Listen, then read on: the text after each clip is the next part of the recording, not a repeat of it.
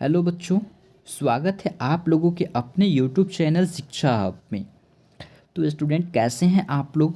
मुझे उम्मीद है कि आप लोग बहुत ही अच्छे हैं और अपने क्लास 10th के लिए बहुत ही अच्छे से प्रिपरेशन कर रहे होंगे, जी जान लगाए होंगे, क्योंकि आपका क्लास 10th में भी एक अच्छा परफॉर्मेंस हो सके, आप कुछ अच्छा कर सकें, अच्छे अंक के साथ आप उत्तीर्ण होखें।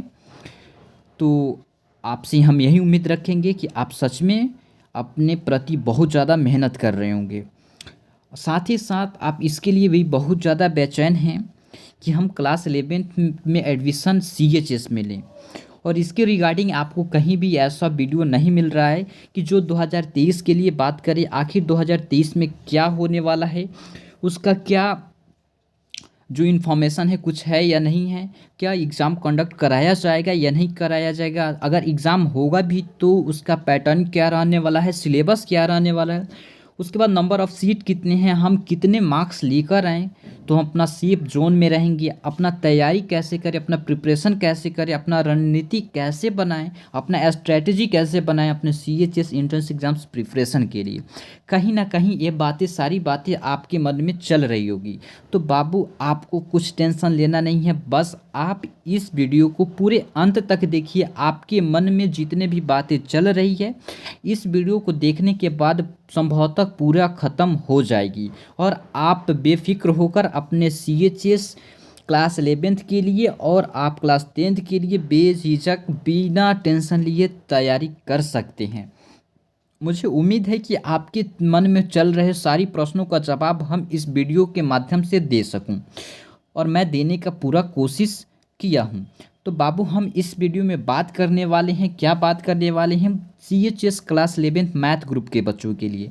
बाबू आप अभी क्लास 10th में हैं और आप जैसे ही 11th में जाएंगे आपका स्ट्रीम चेंज हो जाएगा, यानी कि आप मैथ ग्रुप से जाने वाले 11th में एडमिशन लेना चाहते हैं या बायो ग्रुप से लेना चाहते हैं। यह साइंस वालों के लिए मैं बात कर रहा हूँ, ठीक है। तो आज की इस वीडियो में हम बात करेंगे मैथ वालों के लिए, ठीक है, मैथ ग्रुप के बच्चों के लिए। तो कहीं ना कहीं आपके मन में यह प्रश्न चल रहा होगा कि क्या सर CHS में मैथ ग्रुप से हमारे स्कूल में कितने सीट हैं और इसका एग्ज़ाम पैटर्न क्या रहने वाला है, आखिर इसमें हमारे जो एग्ज़ाम होते हैं एंट्रेंस एग्ज़ाम, इसमें कैसे लेवल रहता है, किस तरीके से प्रश्न आते हैं, ये सारी बातें हम बाबू आज की इस वीडियो में बताने वाले हैं। सबसे पहले हम आपको बता दें, अगर सच में आप CHS एंट्रेंस एग्ज़ाम्स को देना चाहते हैं, 2023 के लिए अभी से प्रिपरेशन कर रहे हैं, तो आप इस वीडियो को ज़रूर अंत तक देखेंगे ताकि आपको हर एक चीज़ समझ में आ सके और आपको इस वीडियो से बहुत ही ज़्यादा लाभ होने वाला है और आपके लिए यह वीडियो बहुत ही ज़्यादा महत्वपूर्ण होने वाला है। तो चलिए आते हैं अपने टॉपिक पे और बात करते हैं हर एक टॉपिक को, जो कि मैं आपके मन में चल रहे सभी प्रश्नों को जवाब देने आया हूँ। इस पे बात करते हैं। तो देखिए सबसे पहले हम इसमें बात करेंगे एग्ज़ाम पैटर्न को, उसके बाद हम बात करेंगे सिलेबस को लेकर के, उसके बाद हम बात करेंगे कि पिछले वर्षों में जो भी एग्ज़ाम हुए हैं तो उसमें कितने नंबर तक आए हुए बच्चों का एडमिशन हुआ है, क्या सेफ जोन है, हमारा जोन है, कितने कट ऑफ के बच्चों के लिए, कितने मार्क्स के बच्चों के लिए एडमिशन हुए हैं हमारे CHS में। उसके बाद CHS क्लास 11th में मैथ ग्रुप में कितने सीट हैं, नंबर ऑफ़ सीट कितने हैं, गर्ल्स के लिए कितने सीट है, बॉयज़ के लिए सीट कितने हैं, उसके बाद कितने आरक्षण दिए जाते हैं बच्चों को, क्या क्या चीज़ें हैं, सारी बातें हम इस वीडियो में करेंगे। उसके बाद इसमें हम बात करेंगे कि आप अपने लिए कैसा रणनीति बना सकते हैं, कि साथ ही साथ आप क्लास 10th और CHS एंट्रेंस एग्ज़ाम्स का भी प्रिपरेशन कर सकें, तैयारी कैसे कर सके, ठीक है। सारी बातें हम इस एक ही वीडियो के माध्यम से आपको बताने का पूरा कोशिश किया हूँ। संभवतः आपकी सारी बातें हम इस वीडियो के माध्यम से बता सकेंगे। चलिए देखते हैं एक एक करके। सबसे पहले बाबू हम देखेंगे आपका एलिजिबिलिटी रिक्वायरमेंट क्या है, क्योंकि हम आपको बता दें कि आपका जो CHS है आपसे क्या एलिजिबिलिटी की मांग कर रही है, क्या आप उस एलिजिबिलिटी क्राइटेरिया को फुलफिल कर पा रही हैं या नहीं कर पा रही हैं। एज से रिलेटेड लेकर सारी बातें को हम इसमें जानेंगे। और कुछ बच्चे अब परेशान हो गए होंगे कि सर इसमें इंग्लिश मीडियम में लिखा हुआ है, हमको समझ में नहीं आता है। टेंशन लेने की कोई बात नहीं है, हम हिंदी में भी एक्सप्लेन करेंगे। सबसे पहले एक बातें हम बता दें कि आपके मन में एक और भी बड़ा प्रश्न चल रहा होगा कि सर 2023 में कहीं एग्ज़ाम नहीं हुआ तो, ठीक है। तो बाबू सबसे पहले हम बता दें कि एग्ज़ाम होना और नहीं होना ना ही आपके हाथ में है ना ही हमारे हाथ में है, ठीक है। रहा बात कि एग्ज़ाम हमारा होगा या नहीं होगा, या आप नहीं जानते ना हम जानते हैं। हम यही जानते हैं कि हम आपको उसके लिए तैयार कर सकें, और आप यही जानते हैं कि आप जो पाना चाहते हैं, आपका जो लक्ष्य है, उसके लिए आप मेहनत कर सकें। तो रहा बात कि आप जब मेहनत करेंगे तो मेहनत कहीं भी खाली नहीं जाती है, आपको कुछ ना कुछ ज़रूर ला कर देगी। तो बाबू आप मेहनत करना शुरू कीजिए, आप फल की चिंता ना करें कि आपका एंट्रेंस एग्ज़ाम कंडक्ट कराया जाएगा या नहीं भी कराया जाएगा। सबसे पहले बात आता है एग्ज़ाम कंडक्ट कराने का, यही आता है कि आपका वह सिचुएशन पे आपका कैसा सिचुएशन रहता है 2023 में, उसके रिगार्डिंग उस पर डिसाइड किया जाएगा, उस पर डिसीजन लिया जाएगा।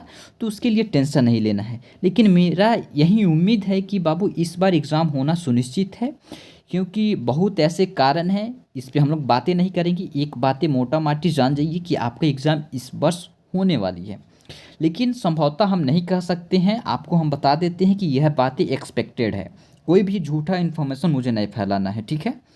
तो चलिए आते हैं एलिजिबिलिटी रिक्वायरमेंट पे देखते हैं, और सारी बातें जानेंगे कि इस बार एग्ज़ाम होंगी तो कब आएगा हमारा फॉर्म, एग्ज़ाम कब तक हो जाएंगे, हमारे रिजल्ट कब तक आ जाएंगे, सारी बातें हम जानेंगे। तो चलिए सबसे पहले हम देखेंगे, तो यहाँ पे लिखा है in class 10th 60% marks and above in class 10th और equivalent grade in aggregated for admission in science stream 50% marks and above और equivalent grade in essential in each math and science in ACT. बाबू हम आपको बताते हैं, सुनिएगा ध्यान से, हिंदी माध्यम के जो बच्चे हैं, मैं एक्सप्लेन करता हूँ इस बातें को। यहाँ पे इनका यही क्राइटेरिया है कि जो बच्चे क्लास 10th में हैं और क्लास 11th में मैथ स्ट्रीम से एडमिशन लेना चाहते हैं CHS में, तो आप फॉर्म फिल करने से पहले आप अपने इस एलिजिबिलिटी क्राइटेरिया को देख लें कि आप फुलफिल कर पा रहे हैं या नहीं। तो आपसे यही मांग रही हैं ये कि आप क्लास 10th में हैं, तो क्लास 10th में इनको टोटल मार्क्स 60% चाहिए, और 60% के साथ साथ अगर आप साइंस स्ट्रीम में मैथ ग्रुप से एडमिशन लेना चाहते हैं, तो यहाँ देखिए साइंस स्ट्रीम 50%, यानी कि इनका 50% मार्क्स, इनका कहना है कि यानी कि मैथ एंड साइंस में आपको 50% मार्क्स रहना अति आवश्यक है, तभी आप जाकर कहीं ना कहीं CHS के लिए फॉर्म फिल कर सकते हैं और इनकी एलिजिबिलिटी क्राइटेरिया को फुलफिल कर सकते हैं एंट्रेंस एग्ज़ाम्स देने के लिए। समझ रहे होंगे मेरे बातों को, मुझे उम्मीद है। यानी कि टोटल मार्क्स आपको लाना है 10th में 60%, और उसमें भी 2 सब्जेक्ट में यानी कि मैथ और साइंस में आपको 50% मार्क्स आना अति आवश्यक है।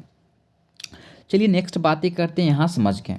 उसके बाद ये भी है, आपको हम बता दें कि for general OBC employ ward, यानी कि एम्प्लॉय वार्ड का यही मतलब है कि जो BHU के अंदर जो एम्प्लॉय हैं उनके बच्चों के लिए आपको अपने एंट्रेंस एग्ज़ाम में 33% मार्क्स लाना अति आवश्यक है। 33% मार्क्स लाने का कतई ये मतलब नहीं है कि अगर आप 100 नंबर में 33 मार्क्स ला लेते हैं तो आपका एडमिशन पक्का है, ऐसा कहीं नहीं बोला गया है। आप एलिजिबल हैं कि आप काउंसलिंग करा सकते हैं, आगे के प्रोसेस के लिए आप आगे बढ़ सकते हैं, इसका मतलब यही है। इसका मतलब कतई नहीं है कि आपका एडमिशन हो जाएगा, ठीक है।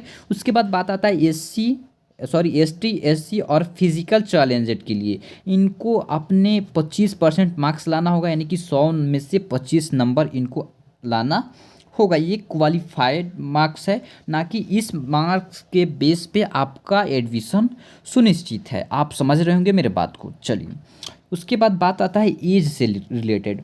एज से रिलेटेड यही है कि आपको मैक्सिमम जो है 18 वर्ष के हो सकते हैं, यानी कि आप 30 सितंबर 2022 तक 18 वर्ष के हैं तो अच्छा है। अगर इससे ज़्यादा हैं, एक भी दिन ज़्यादा हैं, तो आपको वहाँ पे एडमिशन नहीं मिलेगा।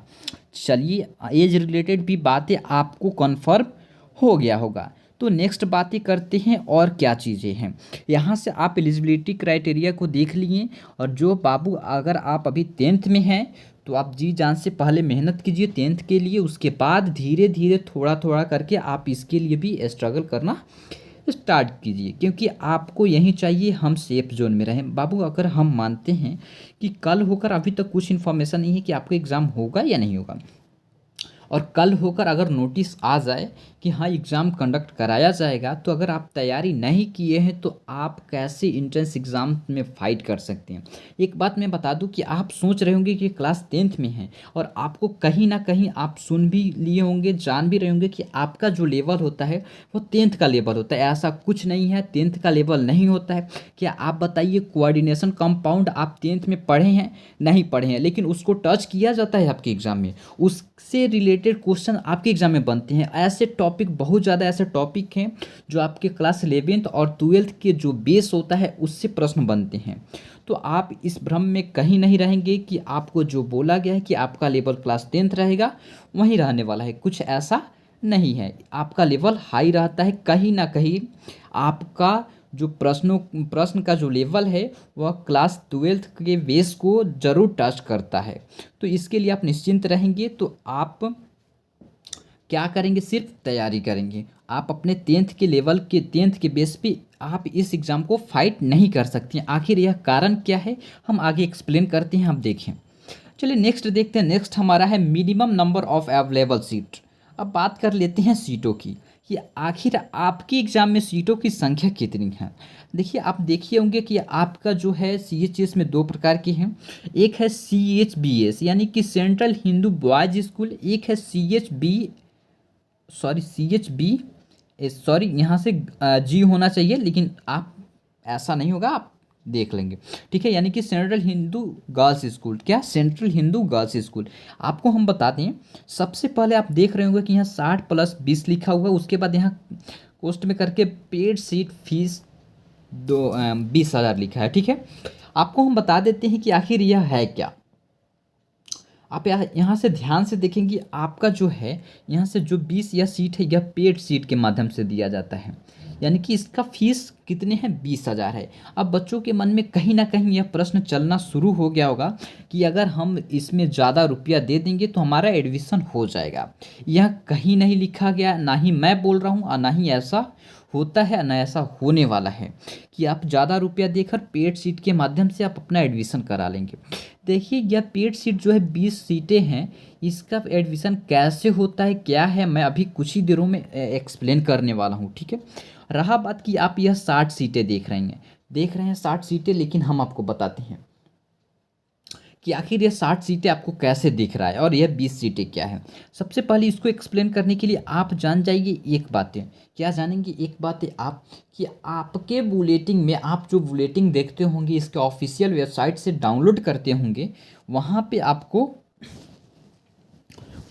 आपको क्या दिखता होगा, आपको वहाँ पे दिख रहा होगा, यही दिख रहा होगा कि यहाँ पे लिखा होगा 38+50, ठीक है, यानी कि 50, 38+50 लिखा होगा। यानी कि मैं आपको बता दूं कि यह जो 50 सीटें हैं आपकी, यह जो 50 सीटें हैं, आपको हम बता देते हैं कि यह जो 50 सीटों की संख्या है, यह आपको ACT यानी कि स्कूल इंट्रेंस टेस्ट के बेस पे यहाँ से एडमिशन किया जाता है बच्चों का। किससे? ACT के माध्यम से, यानी कि स्कूल इंट्रेंस टेस्ट की।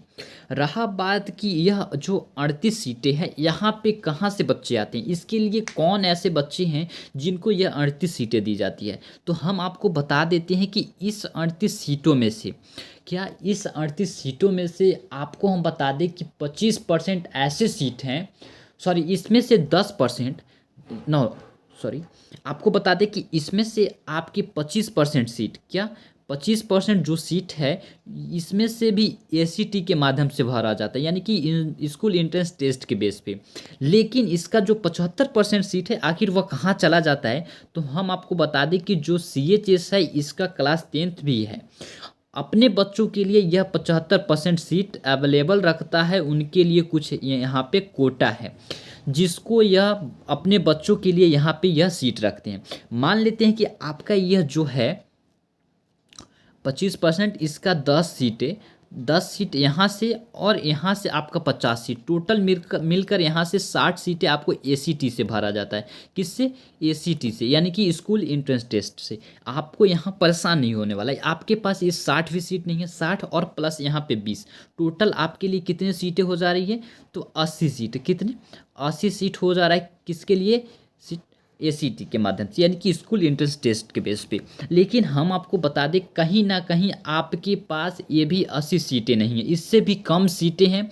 इसी के कारण आपके प्रश्नों का लेवल जो है हाई रखा जाता है, और बच्चों के बीच ऐसा बहुत ही फाइट होता है, बहुत ही चीज़ों का अंतर आता है। ठीक है, तो हम आपको बता दें कि आखिर यह 80 के 80 सीटें क्यों नहीं रहती है, क्या इसमें कारण है, तो हम आपको एक्सप्लेन यहाँ पे करते हैं। हम एक्सप्लेन करने के लिए सबसे पहले आप इस स्लाइड को ज़रूर देखेंगे। आप इस स्लाइड को देखने से पहले आप इसको माइनस में नहीं देखेंगे, यह माइनस नहीं है, यह हम डैश दिए हैं। ठीक है, यहाँ पे है रिजर्वेशन। आप रिजर्वेशन को समझेंगे तो अब आप यहाँ पे कहीं ना कहीं जाकर समझ पाएंगे कि आखिर हमारे पास यह 80 सीट भी अवेलेबल नहीं है सेफ जोन के लिए।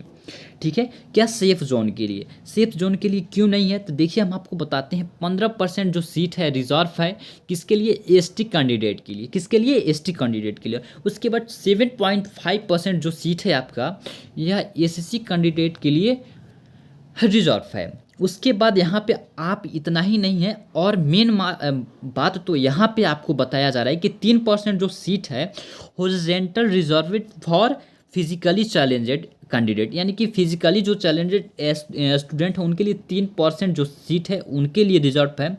और मेन जो बातें हैं आपको यहाँ पे ध्यान देना होगा, आपको यहाँ पे समझना होगा। यहाँ पे देखिए 50% seat available for admission shall be provide to the son and daughter of parents employ of Banaras Hindu university subject to securing a minimum 33% marks in the school entrance test. बाबू यहाँ पे इनका कहने का मतलब यही है कि यहाँ पे जितना कोटा दिया गया वह ठीक है, लेकिन आपको 80 का 80 सीट भी आपके लिए सेफ जोन के लिए क्यों अवेलेबल नहीं है? क्योंकि आपको बता दें कि इस 80 में से 50% ऐसे सीट हैं, 50% ऐसे सीट हैं जो बीएचयू यानी कि बनारस हिंदू यूनिवर्सिटी के जो एम्प्लॉय वार्ड हैं, यानी कि उसके अंदर जो काम करते हैं, परमानेंट, उनके बच्चों के लिए, यानी कि उनके बेटे बेटी के लिए यहाँ पे सेफ रखा गया है। अगर वह 33% मार्क्स लेकर आते हैं स्कूल एंट्रेंस टेस्ट में, तो कहीं ना कहीं उनका एडमिशन इन 50% सीटों में हो जाएगा। इन 50% सीटों का मतलब ही है कि इसमें से 40 सीट इनके लिए रखा गया है, और सारे बच्चे इस 40 सीटों में फाइट करते हैं, यानी कि स्कूल एंट्रेंस टेस्ट के अनुसार सेफ जोन आपका यह 40 सीट ही है। क्या सेफ जोन है जो आपका, यह 40 सीट हैं। आप मेरे बात को ध्यानपूर्वक समझ रहे होंगे। इसीलिए इस एग्ज़ाम का लेवल कुछ हाई रहता है, आपकी बेस से हाई रहता है। तो बाबू एक बातें अगर हम मान लेते हैं थोड़ा सा, लेकिन आपका जो सेफ जोन है इस 40 के अंदर ही है। लेकिन कहीं ना कहीं आपको बता दें हम कि आप यहाँ पे आप ज़रूर सोचेंगे कि आपको बता देते हैं कि अगर बीएचयू के जो एम्प्लॉय वार्ड हैं उनमें से जो 10-15 ऐसे बच्चे हैं वह अपना एडमिशन दिलाएंगे, तो बच्चा इसमें से कितने सीटें स्टूडेंट, तो इसमें से आपके 25 सीटें और बच जाते हैं। तो यह 25 सीटें यहाँ पे मेंशन किया गया है कि यह 25 सीटें भी आपको यहाँ पे लाकर ऐड किया जाएगा। तो आपका जो यह 65 सीटें हैं यह एसीटी से भरा जाएगा, यानी कि एसीटी के थ्रू आपका एंट्रेंस जो है उसी के बेस पे यहाँ पे एडमिशन दिया जाएगा। लेकिन यह सेफ जोन नहीं है। क्यों नहीं है? क्योंकि मैं आपको बताता हूँ। आप कैसे मान सकते हैं, यह आपको अभी नहीं क्लियर किया जाएगा कि बीएचयू एम्प्लॉय वार्ड के तरफ से कितने सीट भरे जा रहे हैं, वह बात की बातें मालूम चलती है। लेकिन आपका जो मुख्य रूप से सेफ जोन है यह 40% जो है, यानी कि 50% में 40 सीटें जो है यही आपका सेफ जोन है कहीं ना कहीं जाकर। ठीक है, तो आप मेरे बात को पूरा ध्यान से समझ गए होंगे। अगर यहाँ से सीटें बचती हैं तो यहाँ से ऐड करके लाया जाता है और इसमें भी एसीटी के माध्यम से एडमिशन दिया जाता है। तो आप यहाँ से समझ गए, यहाँ पे जो एक्सप्लेन किया गया है बात को। हाँ, मुझे उम्मीद है कि आप समझ गए होंगे। रहा बात की गर्ल्स के लिए कितने सीटें हैं, तो गर्ल्स के लिए यहाँ पे मुख्य रूप से मैं लिख दिया हूँ आपके लिए, यहाँ 17 सीटें अवेलेबल है मैथ स्ट्रीम में। और रहा बात की यह पेड सीट क्या है, तो आपको मैं बता दूं कि आपका जो जनरल का जो आपको बता दें कि आपका जो कट ऑफ है वहाँ पे जाकर जब एडमिशन बंद होता है, जब सीटों की संख्या फुल हो जाती है, तो आपका जब जनरल का कट ऑफ जहाँ पे ख़त्म होता है एडमिशन से, वहीं से जो कट ऑफ गिरता है वहीं से आपको क्या किया जाता है, पेड सीट के लिए प्रोवाइड किया जाता है। आपको बुलाया जाता है कि अगर आप पेड सीट से एडमिशन लेना चाहते हैं तो आप ले सकते हैं। ऐसा कहीं नहीं है कि आप ज़्यादा रुपया दे देंगे तो आपको पेड सीट के थ्रू एडमिशन दे दिया जाएगा, नहीं है। क्यों नहीं है? क्योंकि आपको मैं बता दूं कि जब पेड सीट की काउंसलिंग शुरू होती है, उसके लिए कॉल लेटर जाता है, तो वहाँ पे जो सारे बच्चों को एक जैसे ट्रीट किया जाता है, जनरल कैटेगरी के थ्रू ट्रीट किया जाता है। वो यानी कि वो PW क्यों ना हो, यानी कि फिजिकल चैलेंजेड क्यों ना हो, या EWS क्यों ना हो, या SC ST क्यों ना हो, उनको सिर्फ क्या ट्रीट किया जाएगा, जनरल ट्रीट किया जाएगा। और उसके नीचे जिनका कट ऑफ होगा उन्हीं का एडमिशन पेड सीट के थ्रू होगा। यहाँ पे बशर्ते रुपया ज़्यादा लगता है, लेकिन पेड सीट का एडमिशन का यह मतलब नहीं है कि आप रुपया देकर एडमिशन ले लेंगे। यहाँ तक तो हम आपको समझा दें। और रहा बात आगे चलने का, चलिए आगे चलते हैं रिजॉल्व। अब बात करते हैं आपके सिलेबस के ऊपर। सिलेबस के ऊपर हम बात करेंगे तो इसमें आपका मैक्सिमम MCQ 100 आते हैं। आप एक बात जानिएगा, फॉर मैथ ग्रुप के लिए मैं बात कर रहा हूँ, 10 आपके इंग्लिश से आएंगे, 10 आपके हिंदी से आएंगे। इसमें कोई दिक्कत नहीं है, इसमें कुछ परेशानी की बातें नहीं है। आपका जो लेवल है 10th का वही है 9th 10th का। मेन मुद्दा आपका यही आता है कि आपका लेवल जाकर हाई कहाँ हो जाता है। आपका जो लेवल है प्रश्नों का वह हाई कहाँ हो जाता है, उसके लिए आपको ज़्यादा से ज़्यादा मेहनत करना है। उसके लिए आपको यही मेहनत करना है, फिजिक्स केमिस्ट्री मैथमेटिक्स पे, इस पे सबसे ज़्यादा। और यहाँ पे जनरल स्टडीज़ है, जो करंट अफेयर्स या स्टैटिक जीके के जो ऊपर का जो बेस होता है, वहाँ से आपके तोड़ बहुत करके यहाँ से 5 प्रश्नों की संख्या होती है, पूछ लिए जाते हैं। लेकिन आपको मुख्य रूप से जो मेहनत करना है वह इस पे करना है। जो यहाँ से 75 प्रश्नों का वेटेज है, कितना का, 75 प्रश्न का, 75 क्वेश्चन का वेटेज है।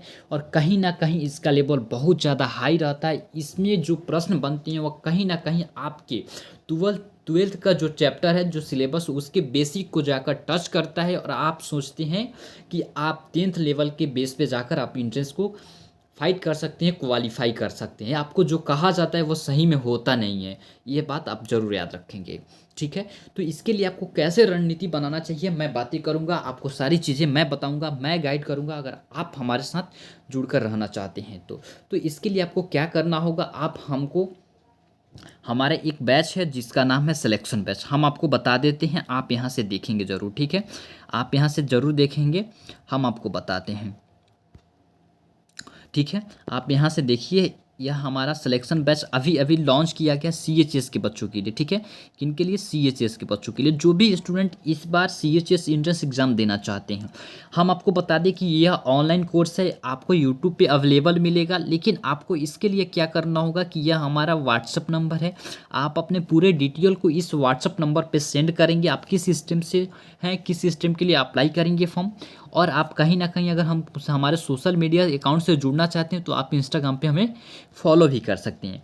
तो बाबू आपको तो पूरी क्लासेस फ्री ऑफ कॉस्ट मिलेगी। आपको सिलेक्शन बैच में ज्वाइन होने के लिए कोई भी कॉस्ट नहीं है, फ्री ऑफ कॉस्ट है।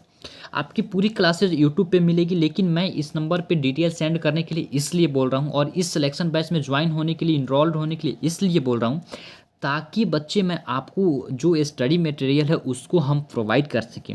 यानी कि प्रैक्टिस सेट है या जो भी है MCQ फॉर्म में जो भी चीज़ें आती है उसको हम आपको प्रोवाइड कर सकें। तो अगर आप इनरोल होना चाहते हैं तो आप हो सकते हैं, आप हमारे अनुसार अपने प्रिपरेशन को आगे बढ़ा सकते हैं हमारे गाइडेंस में। आपकी मर्जी है, आपको जो अच्छा लगे आप ज़रूर करेंगे। लेकिन शर्त यही है कि आप अपने भविष्य के लिए कुछ अच्छा ज़रूर करें। तो चलिए नेक्स्ट देखते हैं। नेक्स्ट हमारा है कट ऑफ। क्या है हमारा cut off? Expected cut off नहीं है ये, हाँ एक्सपेक्टेड है अभी के रिगार्डिंग, लेकिन पहले जो है यह सही है। आपको बता देते हैं कि जो हमारा एग्ज़ाम 20 के बाद से हमारा एग्ज़ाम नहीं हो रहा है 22 तक, तो हम इसमें आपको बताएंगे 2019 का कट ऑफ और 2018 का कट ऑफ। क्या बताएंगे? 2019 और 18 का कट ऑफ इसमें हम आपको बताने वाले हैं। तो इसको आप ध्यान से देखेंगे, समझेंगे, ताकि आपको पूरी बातें समझ में आ सके। क्या? ताकि आपको पूरी बातें आराम से समझ में आ सके। देखिए, चलिए यही ठीक है, सब नहीं दिखाइएगा। चलिए देखिए, यहाँ से हम आपको बताते हैं, सब नहीं दिखाई देता है। देखिए यहाँ पे क्लास, सॉरी, हम आपको कैटेगरी वाइज का बताएंगे। आपको एक बातें बता दें कि 2020 से पहले जो आपका ओबीसी था और जनरल था, वह एक जैसे ट्रीट किए जाते हैं। ओबीसी को जनरल में ही ऐड किया जाता था, जनरल के थ्रू ही उसको ट्रीट किया जाता था। जैसे जनरल का कट ऑफ होता था उसी में ओबीसी होता था। लेकिन आपको 2020 के बाद इसको अलग कर दिया गया है, कहीं ना कहीं क्या अलग कर ही दिया गया है। ठीक है, तो हम पहले के एक्सपेक्टेड कट ऑफ को बात करते हैं कि अगर आप अभी कितने नंबर लाते हैं तो आप सेफ जोन में रहेंगे। देखिए, पहले हम आपको बता दें कि जनरल कैटेगरी के लिए 70 सीटें जब थी, 70 सीटें नहीं, सॉरी बाबू, 70 जो 71 नंबर था 2019 के लिए सेफ जोन था, 2018 के लिए 74 था। तो मैं इस बार बोलूँगा कि कम से कम आप 80 प्लस हैं, 80 प्लस हैं, तो जनरल वाले आप सेफ जोन में हैं। और कहीं ना कहीं ओबीसी वाले अभी के रिगार्डिंग आप 75 प्लस रहेंगे, तभी जाकर आप सेफ जोन में रहेंगे। तो ही आप जाकर अपने एडमिशन के रिगार्डिंग कोई कहीं भी सोचना नहीं पड़ेगा। आपको कहीं ना कहीं सीएचएस में एडमिशन मिल ही जाएगा। कब? जब आप 75 प्लस रहेंगे तो। उसके बाद आता है एससी के लिए। 2019 में 63 था और 2018 में जो 55 था। तो अभी के रिगार्डिंग आप 60 प्लस 65 प्लस रहेंगे तो आपके लिए बहुत ही ज़्यादा सेफ जोन रहेगा। उसके बाद एसटी के लिए आते हैं तो 57 था, 18 में था, 19 में था, और 47 था आपका 18 में। तो अभी के लिए आपको 60 प्लस रहना सही है। 60 प्लस रहेंगे तभी जाकर आपके लिए कुछ सोचा जा सकता है।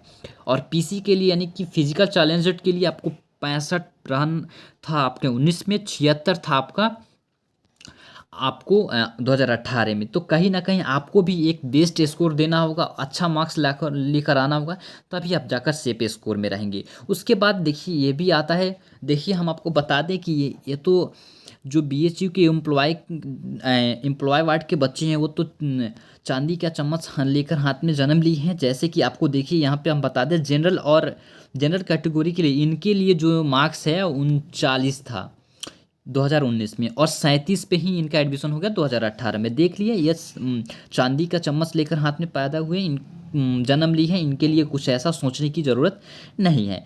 अगर एससी होंगे तो इनके लिए 25 होगा इनका, और 33 था 18 में। और एसटी के लिए 25 था, यहाँ पे कुछ नहीं लिखा है, और यहाँ पे भी 25 था फिजिकल चैलेंजर के लिए। तो मुख्य रूप से आप पूरी बातें को समझ गए। हम आपको इसमें जो बताने आए थे हम आपको बता चुके हैं, आपको समझा दिए हैं, और आप समझ भी गए होंगे। रहा बात की तैयारी कैसे करें, आपका लेवल क्या रहने वाला, ये भी बता दी है। तो अगर आप चाहते हैं कि हमारे द्वारा आपके लिए एक स्ट्रैटेजी बनाया जाए, रणनीति बनाया जाए कि आप अपने क्लास 10th और 11th को कैसे मैनेज करें और किस तरीके से स्टडी करें, और तो आप मुझे कमेंट करके ज़रूर बताएंगे। और अगर हमारे सिलेक्शन बैच में इनरोल्ड होना चाहते हैं तो उस नंबर पे अपने डिटेल को सेंड ज़रूर करेंगे। और रहा बात है कि आपको यह वीडियो कैसी लगी, मैं अंत में बोल रहा हूँ, अगर अच्छी लगी तो वीडियो को ज़रूर लाइक करके जाइएगा, और अपने दोस्तों में भी कहीं ना कहीं इसे शेयर ज़रूर करें ताकि उन्हें भी इसका लाभ मिल सके। और एक प्यारा सा कमेंट ज़रूर कीजिएगा। तो आज की वीडियो में बस इतना ही, और यह वीडियो आपको कैसा लगा आप मुझे ज़रूर बताएंगे। और बच्चे, अब परेशान नहीं होना है, आपको रेगुलर बेस पे आपको यह वीडियो अब आपको मिलना शुरू हो चुका है हमारे शिक्षा हब चैनल के द्वारा। तो आज के लेक्चर में बस इतना ही रखते हैं। तब तक के लिए आप मन लगाकर पढ़ते रहिए और अपने भविष्य के लिए कुछ ज़रूर कीजिए, मेहनत कीजिए, क्योंकि मेहनत ही एक ऐसा चीज़ है जो आप अपने भविष्य में आगे बढ़ सकते हैं। तो आज की वीडियो को हम इतना ही यहीं पे समाप्त करते हैं। फिर मिलेंगे कुछ ऐसे ही इन्फॉर्मेशन, ऐसे ही वीडियो के साथ, नेक्स्ट वीडियो में नए टॉपिक के साथ। तब तक के लिए मुस्कुराते रहिए, पढ़ते रहिए। जय हिंद, बाय बाय।